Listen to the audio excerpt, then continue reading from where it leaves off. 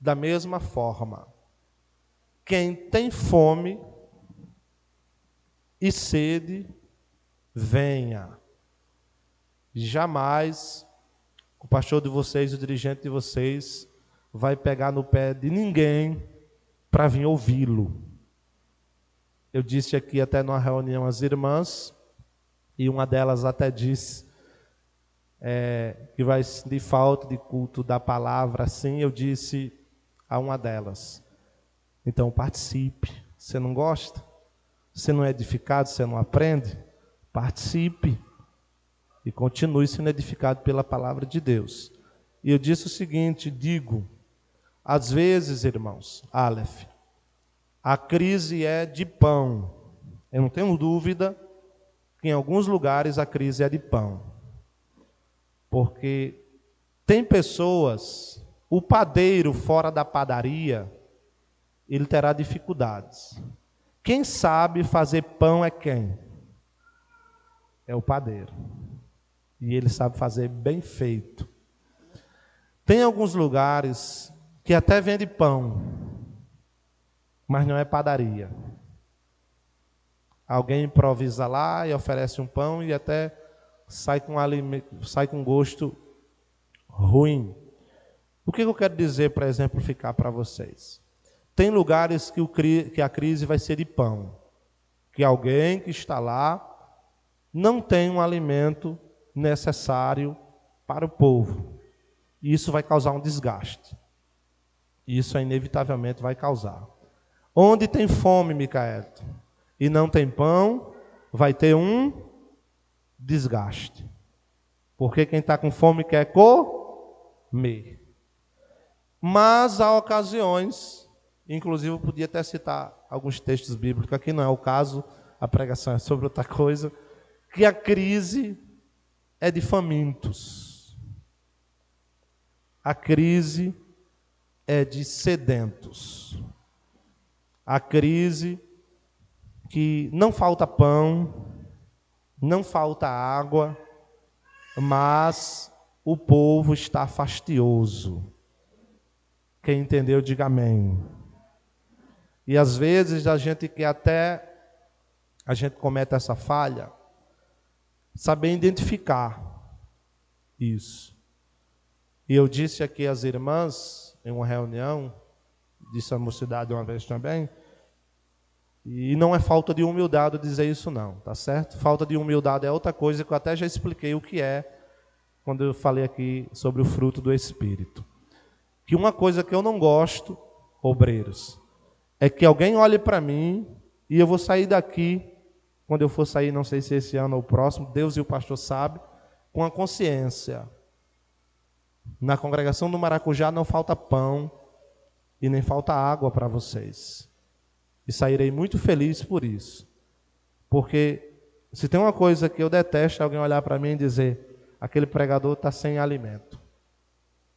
Aquele pregador está sem mensagem. Por que eu detesto? Porque eu me preparo para esse momento. Eu me preparo para isso. Eu tenho dito a Deus que Ele me dê graça de continuar assim, para que eu não assuma nenhuma tribuna sem ter alimento para passar para a sua igreja. Então, eu fico feliz pelos que aqui estão esta noite. Amém? Você deve estar imaginando assim, irmão Isaac está dizendo isso porque hoje tem menos gente do que as demais terças. Não, irmãos, quem me conhece aqui sabe que eu não tenho esse problema no meu ministério. Eu estava, há um ano atrás, às vezes sozinho com uma caixa de som na mão, pregando numa praça. Não tenho problema com gente, não. Eu amo pregar a palavra de Deus, ou com gente ou sem gente, eu pregarei da mesma forma. Quem entende, diga amém. Oséias capítulo 13, meus irmãos, que já falei demais, não falei a palavra ainda. Oséias capítulo 13.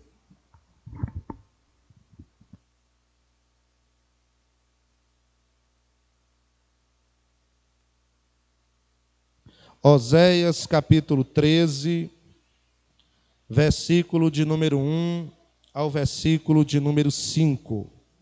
Livro do profeta Oséias, capítulo 13, versículo de número 1 ao versículo de número 5.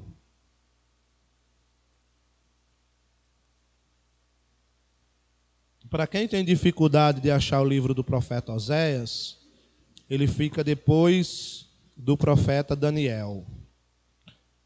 É o primeiro livro dos profetas menores, tá certo? Oséias 13, do verso 1 ao verso 5, quem encontrou, diga amém. Assim diz a palavra de Deus. Quando Efraim falava, tremia-se, foi exaltado em Israel, mas ele fez-se culpado em Baal e morreu. E agora multiplicaram pecados, e da sua prata fizeram uma imagem de fundição, ídolos segundo o seu entendimento, todos obras de artífices, dos quais dizem: os homens que sacrificam beijam os bezerros, por isso serão como a nuvem da manhã, como o orvalho da madrugada, que cedo passa, como a folha que a tempestade lança da eira, como a fumaça da chaminé. Todavia, eu sou o Senhor, teu Deus, desde a terra do Egito. Portanto, não reconhecerás outro Deus além de mim, porque não há Salvador senão eu. Eu te conheci no deserto, em terra muito seca. Eu te conheci no deserto, em terra muito seca. Quanto pode dizer amém? Vamos repetir o versículo de número 5, meus irmãos. Vamos lá? 1, 2, 3, a igreja. Eu te conheci no deserto, em terra muito seca. Amém. Meus amados irmãos, o texto que nós acabamos de ler no livro do profeta Oséias. Oséias, ele é o primeiro dos chamados profetas menores e o mais extensivo deles. O livro de Oséias é composto por 14 capítulos, 197 versículos. Ele é chamado de profetas menores, esse grupo de livros proféticos, pelo fato que escreveram mensagens mais resumidas do que os demais. Este livro foi escrito pelo próprio Oséias no ano 784 aproximadamente antes de Cristo. Oséias profetizou durante 60 anos no reino do norte, que era composto por 10 tribos que formavam Israel. A mensagem de Oséias foi entregue, repassada, em um período de maior prosperidade financeira e também no tempo de maior decadência espiritual desta nação. Como nenhum outro profeta, irmãos, Oséias abordou a forma eloquente do amor de Deus, perseverante com essa nação. Uma nação que estava em rebeldia contra Deus. Uma nação que estava sendo totalmente entregue à idolatria. Esta situação que foi representada no casamento de Oséias com uma mulher de prostituição, infiel, chamada Gomer. Quando Deus manda o profeta casar com esta mulher, Deus estava fazendo deste casamento uma figura para demonstrar a situação que a sua nação estava diante dele. E qual era a situação? A situação é que a esposa que Oséias se casou, que Deus pediu a ele para se casar, ordenou, para demonstrar, era infiel, era adúltera. Ela era infiel no ato conjugal com Oséias. Esta era a maneira que a nação estava, Jailma. Estava traindo Deus Todo-Poderoso. Estava adulterando contra Deus. Esta nação estava trocando Deus por Baal.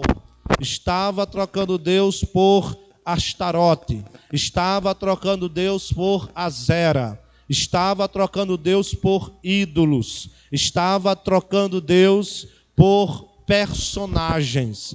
Tiraram Deus do centro. Tiraram Deus do centro do culto. Tiraram Deus do centro da adoração e colocaram um culto a uma imagem de fundição. E Deus, enxergando esta situação, vai requerer e vai cobrar, trazendo um julgamento eminente em torno da desobediência deste povo.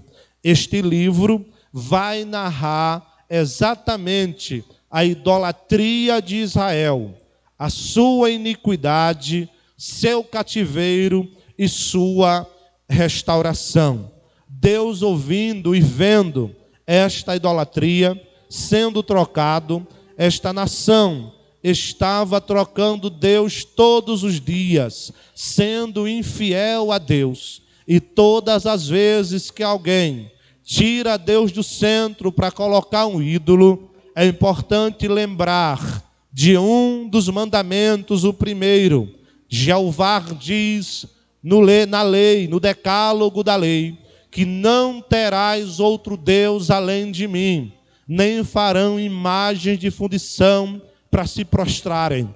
Com isso, Deus está dizendo para nós que não aceita ser trocado, que não aceita ser colocado de lado, que não aceita ser trocado por personagens, que não aceita ser trocado por ídolos. Logo, Deus não dá a sua glória dele para ninguém. Deus não dá a sua glória dele para ídolos. Deus não dá a glória dele para personificações. Deus não dá a glória dele para homens. Deus não dá a glória dele para cantor. Deus não dá a glória dele para pregador. Deus não dá a glória dele para pastor. Deus não dá a glória dele para apóstolo. Deus não dá a glória dele para ninguém. Tanto é que o texto diz no versículo 4: eu sou o Senhor vosso Deus, que vos resgatei da terra do Egito. E Deus deixa bem claro: não há salvação fora de mim, porque eu sou o Senhor Deus Todo-Poderoso. Você entende isso? Levante a mão e dê glória a Deus, em nome de Jesus Cristo. A este povo que é exatamente tira Deus do centro, tira Deus do trono, para este povo, Jeová vai comparar o povo que tira ele do centro a 4 figuras, que está no versículo de número 3. Essas figuras, amados irmãos, figuras de brevidade. Há um povo que tira Deus do centro da adoração. Há um povo que tira Deus e que Deus é trocado por ídolos. Deus vai comparar ele a 4 figuras aqui no versículo de número 3. Deus vai dizer: por isso, pela vossa iniquidade, pela vossa idolatria, pela vossa infidelidade, por tirar eu do centro da adoração, vocês serão semelhante. Figura número 1, a nuvem da manhã. Figura número 2, ao orvalho da madrugada que cedo passa. Figura número 4, como a folha que a tempestade lança da eira. Figura número 4, e como a fumaça da chaminé. Deus está dizendo e comparando ao povo, irmão Nilson, que tira Deus do centro. Deus está dizendo: vocês serão como a nuvem da manhã, vocês serão como o orvalho da madrugada, vocês serão como a palha seca que o vento bate e dissipa, e vocês serão como a fumaça que sai da chaminé. O que é que Deus está dizendo com essas quatro figuras? Vocês da manhã, ela só aparece de manhã. Quando é por volta de meio-dia, a nuvem que surgiu de manhã, ela já não existe mais. Já há um outro formato de nuvem no céu, ou o céu está totalmente azul, com poucas nuvens, ou seja, é algo que aparece e logo desaparece, é algo que surge e logo some, é algo passageiro, é algo breve. Logo, Deus está dizendo: o povo que eu escolhi não pode ser como a nuvem da manhã, porque a nuvem da manhã não apresenta consistência, a nuvem da manhã não apresenta constância, a nuvem da manhã não apresenta fortalecimento. Deus está dizendo que nós não podemos ser como a nuvem da manhã. Como é o crente nuvem da manhã? O crente nuvem da manhã, irmã Gorete, ele vive de festa em festa, ele vive de profecia em profecia. Se tem pregador, ele diz: eu sou o primeiro a chegar. Se tem cantor, eu sou o primeiro a chegar. Se tem congresso, eu sou o primeiro a chegar. Esse é o crente nuvem da manhã. O crente nuvem da manhã leva uma topada, já quer esfriar na fé, já quer desanimar, já não quer mais caminhar. O crente nuvem da manhã, o pastor não pode chamar a atenção dele, porque no dia que chamar, ele não vai mais para a igreja. É o crente que é comparado à nuvem da manhã, não apresenta consistência alguma, mas o Espírito Santo está dizendo para nós essa noite: a minha igreja não é como a nuvem da manhã, a minha igreja é uma igreja constante, abundante, firme no caminho do Senhor. Você entende isso? Dê glória a Deus aí em nome de Jesus. Nós não somos, meus irmãos, como a nuvem da manhã. Glória a Deus. Agora melhora mais. Vai melhorar mais ainda aí, viu? Nós não somos como a nuvem da manhã. A segunda comparação que Deus usa aqui nesse texto para exemplificar o povo que tira Deus do centro e coloca um ídolo, será comparado também, Nicolas, ao orvalho da madrugada. Como é o orvalho da madrugada? Eu não sei se você já observou, mas se você se levantar 4 horas, 5 horas da manhã, vai estar molhado em algum lugar, como se estivesse chovido, quando na verdade não choveu. Só que se você ver e voltar a dormir, quando você se levantar aproximadamente 2 horas, voltar 2 horas depois, lá já não vai estar mais molhado, porque passou. O orvalho da manhã é só um momento, o orvalho da manhã é só algumas horas e ele vai sumir. Deus está dizendo à igreja, ao povo, que me troca por um ídolo, que me troca por uma personagem, que tira-me do centro, é comparado ao orvalho da manhã. Não vai permanecer, vai sumir logo logo, vai desaparecer logo logo. Deus está dizendo: Israel, não seja como o orvalho da manhã que me troca por ídolo, não seja como o orvalho da manhã que me troca por qualquer coisa. Seja um povo de Deus, o povo constante. A terceira figura que Deus compara aqui ao povo que tirou ele do centro e colocou um ídolo é exatamente a palha, o folheto seco. O folheto aqui é a palha seca, que o vento bate, a tempestade bate e ela dissipa. Deus está dizendo: o meu povo está sendo comparado à palha seca. Por quê? Porque me trocaram por Baal. Por quê? Porque me trocaram por Azera. Por quê? Porque me trocaram por um ídolo, por idolatrá-lo, por praticar infidelidade.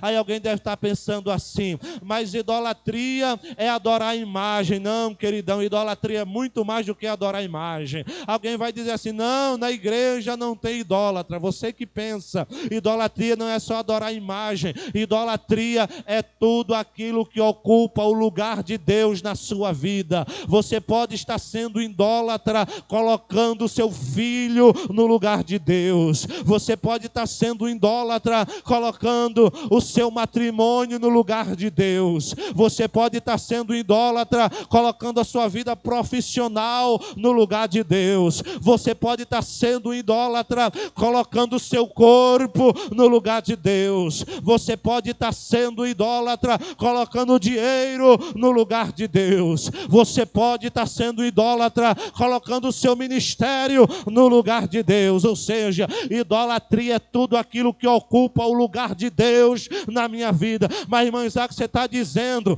que eu devo trocar, quer dizer, a minha família pela igreja. Eu não falei igreja em nenhum momento, eu falei Deus. Eu falei Deus. Eu não estou falando da obra de Deus, eu estou falando do Deus da obra. Eu não estou falando do evangelho de Deus, eu estou falando do Deus do evangelho. Eu não estou falando do Deus que faz a obra, eu estou falando do Deus que está na sua vida.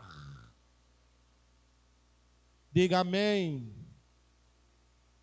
Eu não estou falando da obra de Deus, eu estou falando do Deus da obra.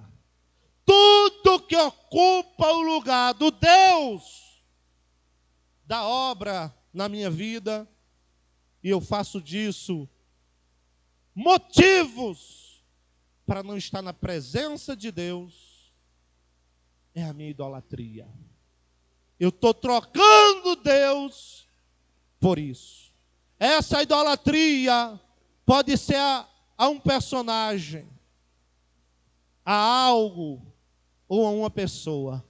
Deus está dizendo no texto que o povo que se esquece dele, que o povo que coloca ídolos, imagens, personificações, vamos traduzir, vamos trocar em miúdo, pastores, cantores, políticos, admirações, fãs, no lugar dele, são comparados à nuvem da manhã, são comparados ao orvalho da madrugada, são comparados à palha seca e são comparados à fumaça da chaminé. 4 figuras que falam de inconsistência, de brevidade, que é hoje e não é amanhã, que dá glória a Deus hoje, mas não dá glória a Deus amanhã. É alguém que é inconstante. Mas deixa eu dizer uma coisa a vocês: a igreja do Senhor, amados irmãos, foi chamada, não foi para a inconsistência, foi chamado para ser constante,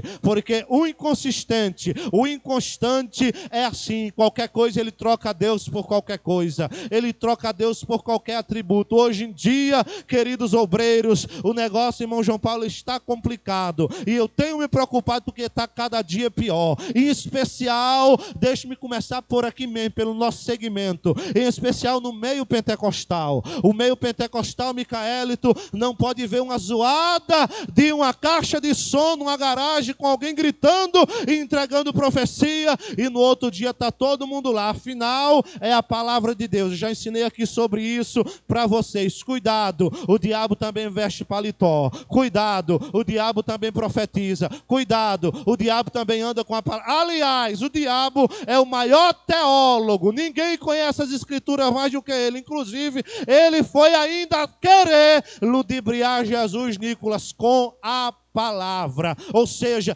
tem muitos diabos vestindo paletó e gravata, ensinando, por incrível que pareça, a palavra de Deus, mas ensinando de maneira equivocada. Quantos podem dizer amém? O apóstolo Paulo, em 1 Coríntios, saiu de novo isso, 1 Coríntios capítulo 15, versículo 58, ele diz assim: portanto, meus amados irmãos, sede firmes e constantes. Firmes e o quê? Sempre abundantes na obra do Senhor, sabendo que o vosso trabalho não é vão no Senhor. Paulo está dizendo que a igreja deve ser constante, a igreja não pode depender de momentos. E deixa eu dizer algo a vocês, eu já falei isso aqui em outra mensagem: Deus não é Deus de momento, Deus é um Deus constante. Se Deus fosse um Deus de momento, estávamos em dificuldades, porque seria um Deus que está hoje e não está amanhã, seria um Deus que nos abençoaria hoje e não nos abençoaria amanhã, seria um Deus, meu irmão, totalmente constante. Mas ainda bem que Deus não é Deus de momento, Deus é Deus de todo dia, Deus é Deus de segunda, de terça, de quarta, de quinta, de sexta, de sábado, de domingo. Deus é Deus de escola dominical, Deus é Deus de culto de terça, Deus é Deus de culto de quinta, Deus é Deus de culto de domingo, Deus é Deus de culto de doutrina, Deus é Deus de ciclo de oração, Deus é Deus do poço de Jacó, Deus é Deus, meu irmão, do clamor da manhã, Deus é Deus da consagração. Ele é o Deus de todos os dias, Ele é um Deus constante. E quer de nós, como igreja, um compromisso constante. Torno a dizer, o crente constante não troca Deus por qualquer coisa, porque Ele não é Deus de momentos.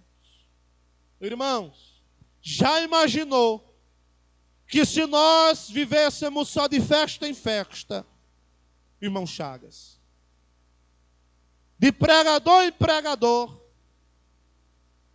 festa para ali, festa para acolá, como já estamos tendo dificuldade, sem ter muito, imagina se tivesse direto. Constância é presença, é satisfação de estar na presença de Deus, independente do que aconteça, independente de ser congresso, independente de ter pregador, independente de ter campanha, independente. Irmãos, aqui e acolá, aqui no Maracujá não tem não, tem para outro lugar, mas aqui e acolá eu vejo alguém dizendo: vamos em cidade tal ouvir o profeta. Tem Bíblia em casa? Não, meu irmão. Que evangelho tem lhe ensinado por aí? A Bíblia está lá. Ouça a voz de Deus a hora que você quiser. Mas, pastor Isaac, você está dizendo que o senhor não crê em profecia? Eu creio, mas eu estou dizendo de você, como um crente maduro, que conhece a Escritura, não pode ser levado de sair de um lugar e dizer: Deus fala em tal lugar. Não. Deus fala dentro da sua casa, com a porta do seu quarto fechado, com a Bíblia aberta, e Deus falando para você no teu ouvido a Escritura. Constância.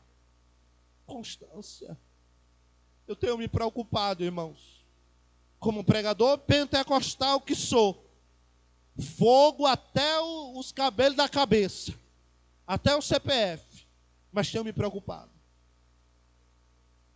Não sejamos inconstantes. A Bíblia diz em Levítico 6:13 que o fogo arderá constantemente sobre o altar. Sobre o altar. Ah, não é só na terça, não.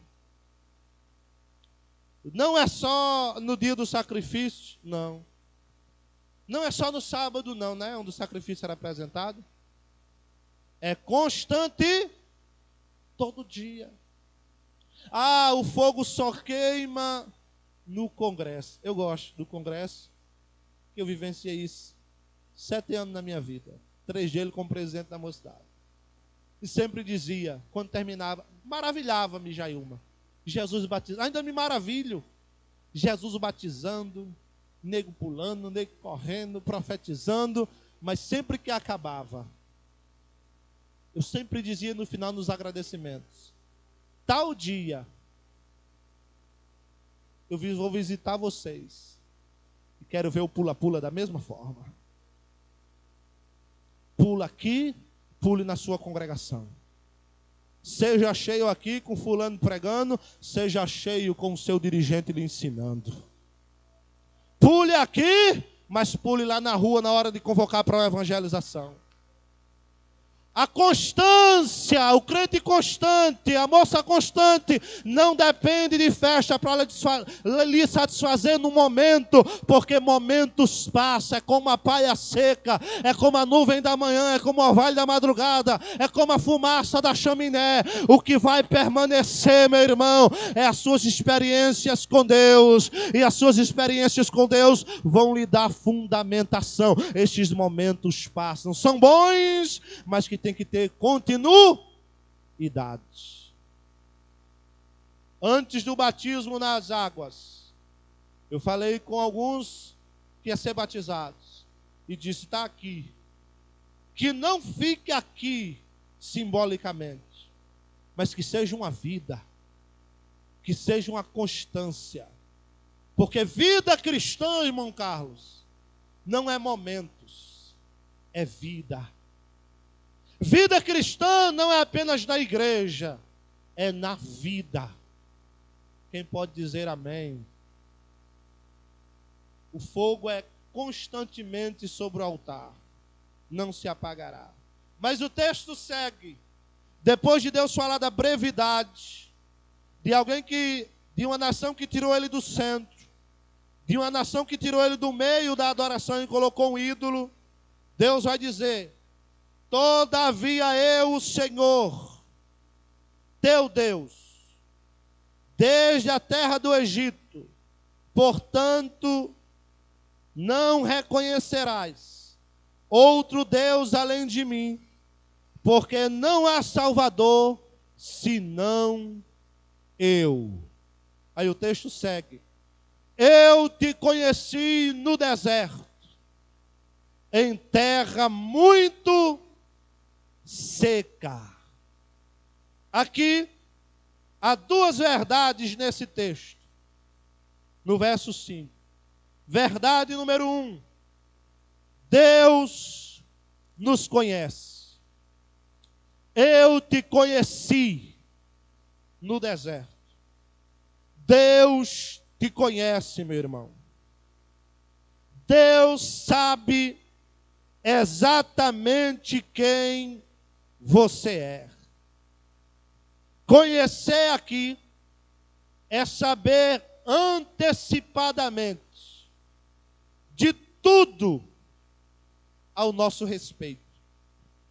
Deus nos conhece tanto que nos conhece mais do que nós mesmos. Tem alguém que acha que te conhece, mas quem te conhece é Deus. Tem alguém que acha que é próximo de você e diz: eu te conheço. Quem te conhece é Deus. Sabe por que quem te conhece é Deus? Porque só conhece quem é o dono. Vou repetir. Só conhece quem é o dono. Deus está falando para uma nação que Ele é o dono. Por Ele ser o dono, Ele conhece. Por Ele ser o teu Deus, o teu dono, meu irmão, minha irmã, igreja, Deus te conhece. Deus conhece você melhor do que você mesmo. Exemplo: quem tem veículo aqui, carro, sabe, até moto mesmo, sabe que o veículo normalmente só quem conhece é o dono. Quando você troca de veículo, tem alguns que vai dirigir, que tem até dificuldade em ligar, em andar. Por quê? Porque o veículo nasceu, tem o dono, e o dono conhece tudo. O dono sabe as peças que colocou, o dono sabe as peças que tirou, o dono sabe aonde mexeu, o dono sabe onde é o segredo. Por exemplo, tem carro que tem segredo, o meu tem. Só quem sabe o segredo do meu carro é eu, quem anda comigo, quem dirige para mim. Porque se ligar ele e andar e não colocar o segredo, você vai andar aproximadamente 500 metros. Ele vai parar. E você vai dizer: o carro quebrou. Da mesma forma é Deus. Ele nos conhece. E nos conhece porque Ele é o nosso dono. Levante as mãos em nome de Jesus. Ele é o seu dono. Ele te conhece. Ele te conhece melhor do que você mesmo. Alguém pode olhar e pode até te acusar, fazer um julgamento precipitado, olhar para você e querer dizer algo que você não fez, mas não se preocupe não. O Deus que te conhece, que é o teu dono, é que sabe de todas as coisas. Ele conhece tudo acerca de todos. Em João capítulo 10, versículo 27, Jesus diz, Jesus não é o dono? Jesus é o dono das suas ovelhas, sim ou não? Sim. Jesus diz, as minhas ovelhas, ou seja, eu sou o dono, eu sou o Senhor delas. As ovelhas têm dono, é Deus, é Jesus. Os pastores aqui, eclesiásticos, eclesiais, eles apenas estão apacentando, estão cuidando das ovelhas que já têm dono. O dono é Jesus. As minhas ovelhas ouvem a minha voz, e eu conheço, e elas me seguem. Jesus te conhece. Se Ele é o dono dessas ovelhas, Ele sabe como alimentá-las, Ele sabe como edificá-las, Ele sabe como restaurá-las, Ele sabe como falar com elas, Ele sabe como abraçá-las, Ele sabe como apacentá-las, Ele sabe da sua dor, da sua necessidade, porque está escrito: procura saber, Salomão dizendo, o estado das suas ovelhas. Ele está fazendo uma equiparação do serviço do pastor. E se tem o pastor que é dono e que conhece o estado de cada um de nós, é Jesus. Coloque a mão sobre o peito assim e diga assim: Jesus me conhece, e isso é suficiente. Ele nos conhece tanto. Acompanhe na sua Bíblia que eu quero explicar esse texto que eu achei ele lindo. Salmo de número 139. Está escrito desta forma: Senhor, tu me sondastes e me conheces. A palavra sondar aqui é conhecer por dentro e por fora, intenções e práticas. Tu conheces o meu assentar e o meu levantar. De longe entendes o meu pensamento. Ele está dizendo: antes de eu pensar, eu já sei.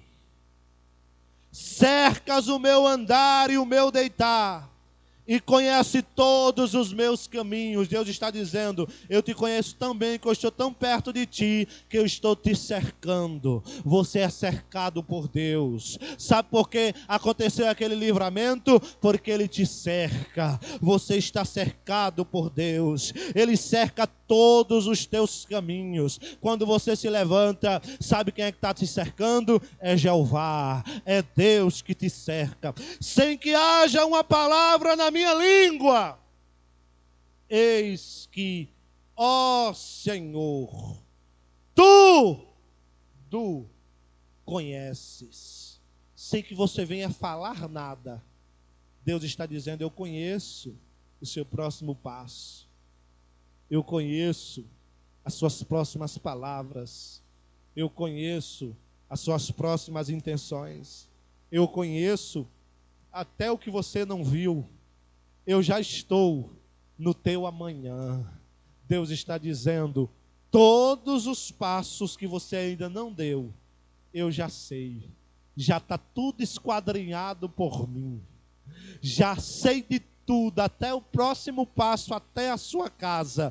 Deus está dizendo: eu conheço. Para finalizar, o versículo de número 16 diz: os teus olhos viram o meu corpo ainda informe, e no teu livro todas essas coisas foram escritas, as quais iam sendo dia a dia formadas, quando nem ainda uma delas havia. Deus está dizendo para nós, queridos irmãos, antes de nós sermos formados no ventre, Larissa, Deus está dizendo: eu já tenho um plano para você. Antes de você nascer, eu já sei todos os caminhos. Eu já esquadrinhei o formato que você vai nascer. Eu já esquadrinhei o sexo que você ia ser. Eu já esquadrinhei até as dificuldades de nascimento, de concepção que alguns aqui teve, mas a mão de Deus em tudo deu seguimento. Alguns até nasceram fora de tempo, nasceram prematuramente e sobreviveram. Aí a medicina disse: foi um milagre. Aí eu digo: foi mesmo, porque Deus esquadrinhou tudo e nos trouxe aqui esta noite e está dizendo: tudo estava traçado por mim. O plano na tua vida foi Deus que planejou. Você está aqui, tudo que você percorreu, a mão de Deus foi conduzindo passo a passo e dizendo: eu fiz tudo isso porque eu te conheço, eu te sondo, eu sei as profundezas do sentimento da tua alma. Talvez alguém até aqui, e eu não sou contra, está aqui uma psicóloga, procurou ajuda psicológica, e se for o caso, procure e diga tudo. Mas deixa eu dizer uma coisa: o psicólogo, o psicanalista, ele tem um limite. Eles vão fazer algumas investigações para saber qual a causa da sua tristeza, qual a causa do seu pânico, qual a causa da sua depressão, qual a causa do pânico, do medo. Mas tem uma coisa: aquele que te conhece sabe de tudo, sabe da intensa dor. Ele esquadrinha todo o nosso coração. Ele te conhece. Aleluia. Levante a mão e dê glória ao nome de Jesus essa noite. Ele conhece tudo. Verso 23, Salmo 139. Sonda-me, ó Deus, e conhece o meu coração. Coração aqui é a sede dos nossos sentimentos. Tudo que há em mim, prova-me, conhece os meus pensamentos, e vê se há em mim algum caminho mau e guia pela vereda eterna. Deus nos conhece. Você pode levantar a mão e dar glória a Deus por isso? Então aqui aparece, queridos irmãos, o Deus que nos conhece. É a primeira verdade do verso 5. Levante as mãos e diga: Deus. Chega, Jesus, ajuda aqui os irmãos. Vamos lá. Deus me conhece. Segunda verdade desse texto: Deus nos conhece. A segunda verdade que aparece aqui é o lugar que Deus nos conheceu. A primeira é que Deus nos conhece, te conheci. A segunda é o lugar que Deus conheceu esse povo. Te conheci no deserto, em terra muito seca. Deserto é lugar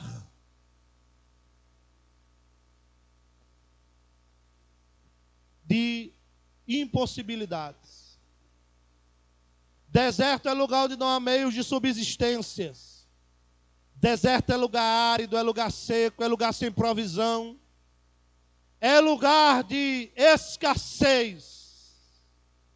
Quando Deus diz que conhece esse povo, e diz o lugar que conheceu esse povo, que é o deserto em terra muito seca, Deus, quando diz o lugar, Deus está fazendo eles refletirem, lembrarem de onde saíram ou de onde Deus os tirou. Deus está querendo fazer eles refletirem, Ana Clara. Da onde eu tirei vocês? Onde eu conheci vocês? Reflitam da onde vocês saíram. Do deserto em uma terra muito seca. Com outras palavras, Deus está dizendo, irmãos, o que eu fiz para vocês me trocarem por um ídolo? Livrei vocês da mão de Faraó? O que eu fiz para vocês me trocarem por um ídolo? Suprir as necessidades de vocês no deserto? Que mal eu fiz com vocês para vocês me trocarem por um ídolo? Fazer chover pão do céu para vocês se alimentarem de segunda a sexta, e na sexta eu envio porção dobrada, porque no sábado não caiu maná, no domingo começava a chover maná novamente. Que mal eu fiz? Foi alimentar vocês no deserto para vocês me trocarem por um ídolo? Que mal eu fiz na contenda de Cades Barneia, vocês lá blasfemando, murmurando? Que mal eu fiz? Só porque eu jorrei água da rocha, foi esse o mal que eu fiz a vocês, para vocês me trocarem por um ídolo? Que mal eu fiz a vocês? Curei vocês no deserto, diante da maldição que vocês adoraram outros deuses. Eu disse: olhai para a serpente de metal, e todos serão curados, e foram curados todos que olharam para ela. Que mal eu fiz para vocês para tocarem por um ídolo? Essa é a reflexão que Deus está fazendo que eles façam. Que mal eu fiz para vocês me trocarem por Baal?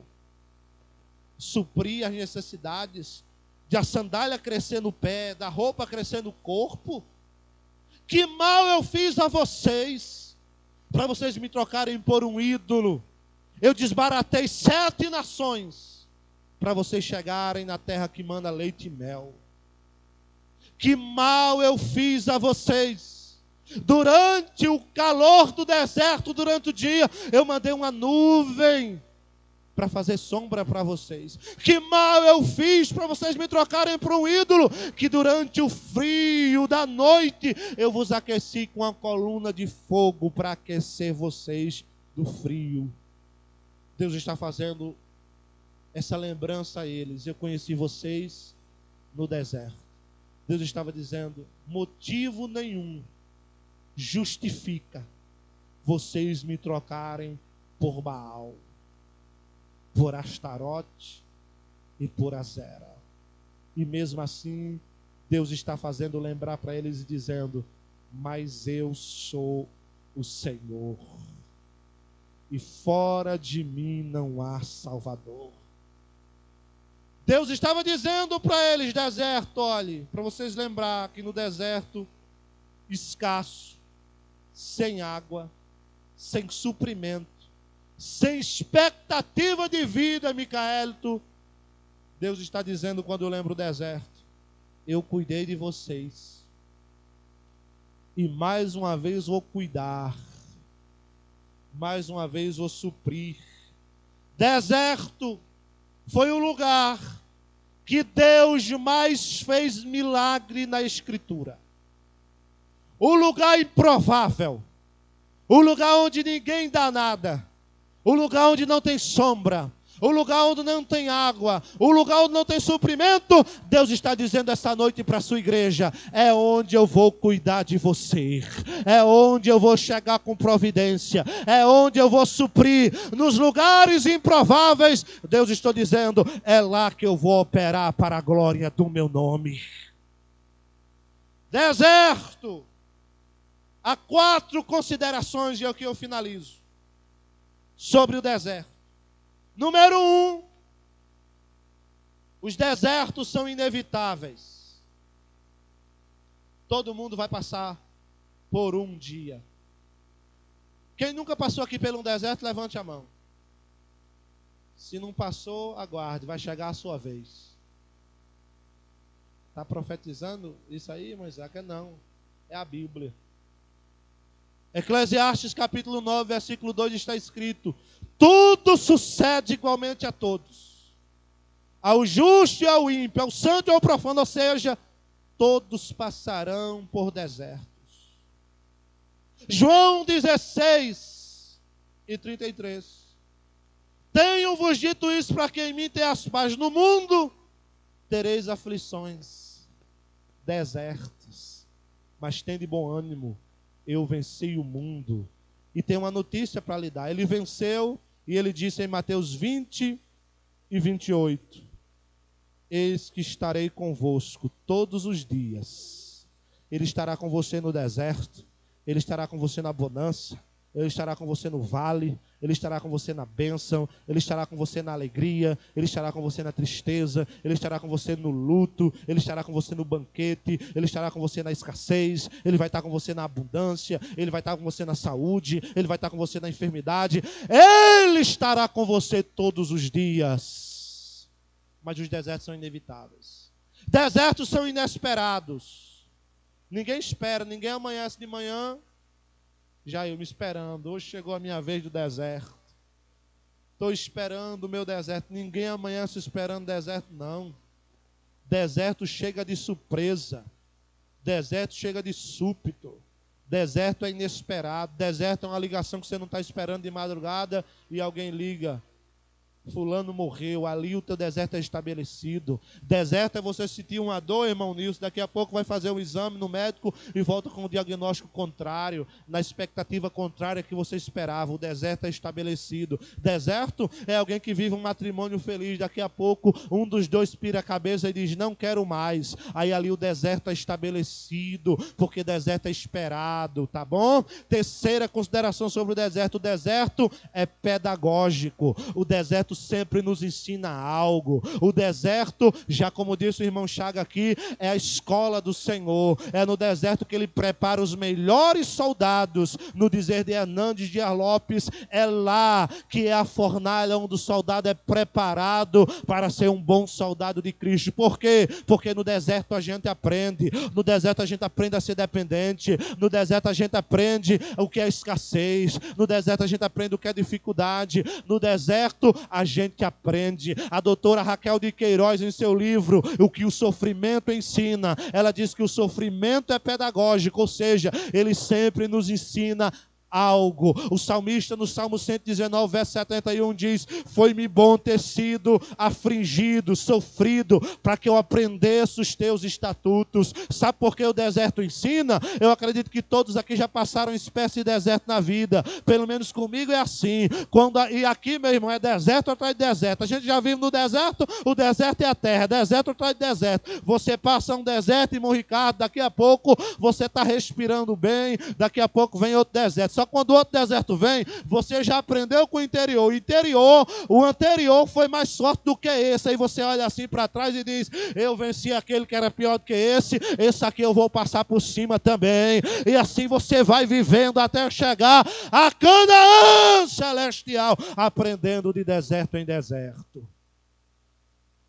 Quarta e última consideração do deserto, ele é inevitável, ele é inesperado, ele é pedagógico. E a quarta consideração, se você não der glória a Deus, aí está rindo para tu. Quarta consideração sobre o deserto. Os desertos não duram para sempre. Quem pode levantar a mão esta noite e glorificar? Os desertos não duram para sempre. Esse deserto veio, mas passa. Esse deserto está aqui, mas vai passar. Vai passar, vai. Uma hora ele vai chegar ao fim. Quando esse deserto vai chegar ao fim? Tem alguém que acha que esse deserto vai acabar aqui? Não acaba aqui não, meu irmão. Esse deserto aqui é um atrás do outro. A igreja está vivendo no deserto. Mas quando é que o deserto vai acabar? Paulo registra quando o deserto vai acabar. Ele registra em 1 Tessalonicenses 4:16, ele começa a dizer que o mesmo Senhor, ele descerá do céu com alarido, com voz de arcanjo, com trombeta de Deus. Os que morrerem em Cristo ressuscitarão primeiro, e nós que estamos salvos seremos transformados e vamos subir até o alto. Desde lá estaremos sempre com o Senhor. Quando é que o deserto acaba? No arrebatamento da igreja. Por quê? Porque a igreja vai adentrar na Canaã celestial. O deserto na Canaã celestial acaba. Por quê? Porque na Canaã celestial não haverá mais lágrimas, porque Jesus vai enxugar dos nossos olhos todas as lágrimas. O deserto na Canaã celestial acaba. Por quê? Porque lá na Canaã celestial não haverá mais enfermidade, porque Jesus venceu a saúde do seu povo. Na Canaã celestial não haverá mais câncer. Por quê? Porque você vai estar na presença do médico dos médicos. Lá não haverá mais tristeza. Por quê? Porque a alegria eterna é o Cordeiro de Deus, vai estar lá conosco. Lá não haverá mais pranto. Por quê? Porque a alegria que é Jesus vai estar lá. Lá toda dor vai cessar. Por quê? Porque lá é a Canaã, a terra que manda leite e mel, de eternidade a eternidade. Você pode levantar a mão e dar glória a Deus. Aqui você chora, aqui você entristece, aqui você pode ter uma paralisia em algum órgão do corpo, mas lá você vai receber a perfeição do céu na Canaã celestial. Aleluia. Vamos passando. Canaã é logo ali. Vamos ficar de pé em nome de Jesus. Vamos passando, irmão Nilson. Canaã é logo ali. Vamos passando, irmãos. Não largue a sua cruz. Canaã é logo ali. Um dia a trombeta vai tocar. E o dono da Canaã vai nos convocar para estarmos sempre com o Senhor. Aleluia.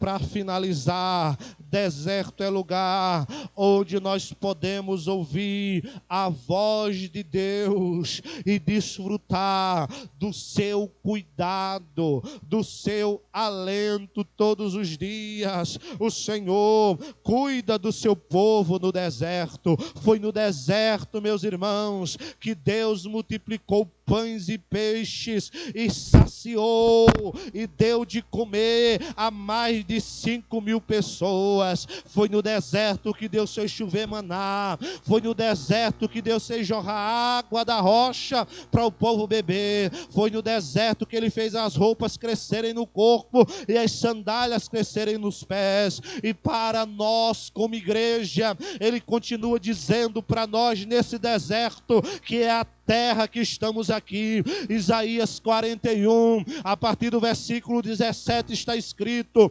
os aflitos e necessitados buscam águas e não as há, e a sua língua se seca de sede, mas eu, o Senhor, os ouvirei. Eu, o Deus de Israel, os não desampararei. Olha só o que Deus diz no verso 18: abrirei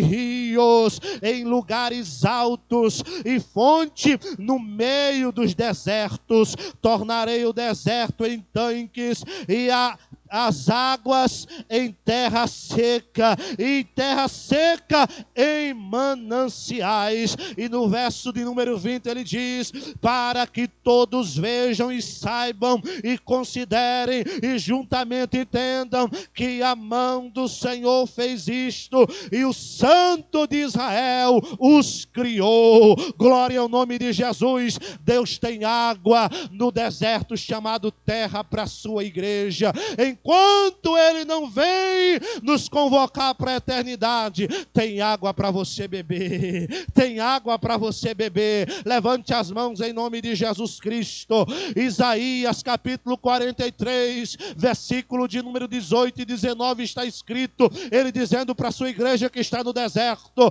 não vos lembrei das coisas passadas, nem considereis as antigas. Eis que eu, o Senhor, farei uma coisa nova.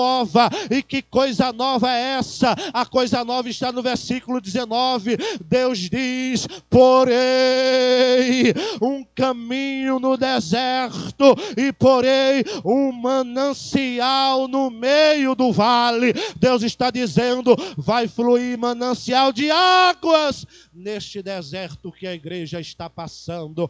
Diga glória a Deus. Pai, a tua palavra foi pregada.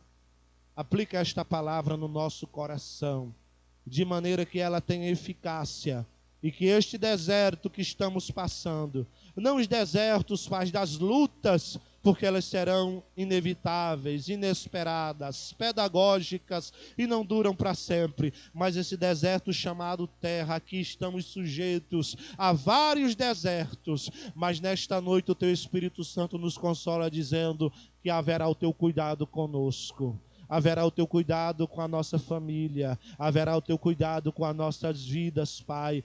Te louvamos, que esta palavra seja profética em minha vida. Em nome de Jesus, receba essa palavra com glória a Deus.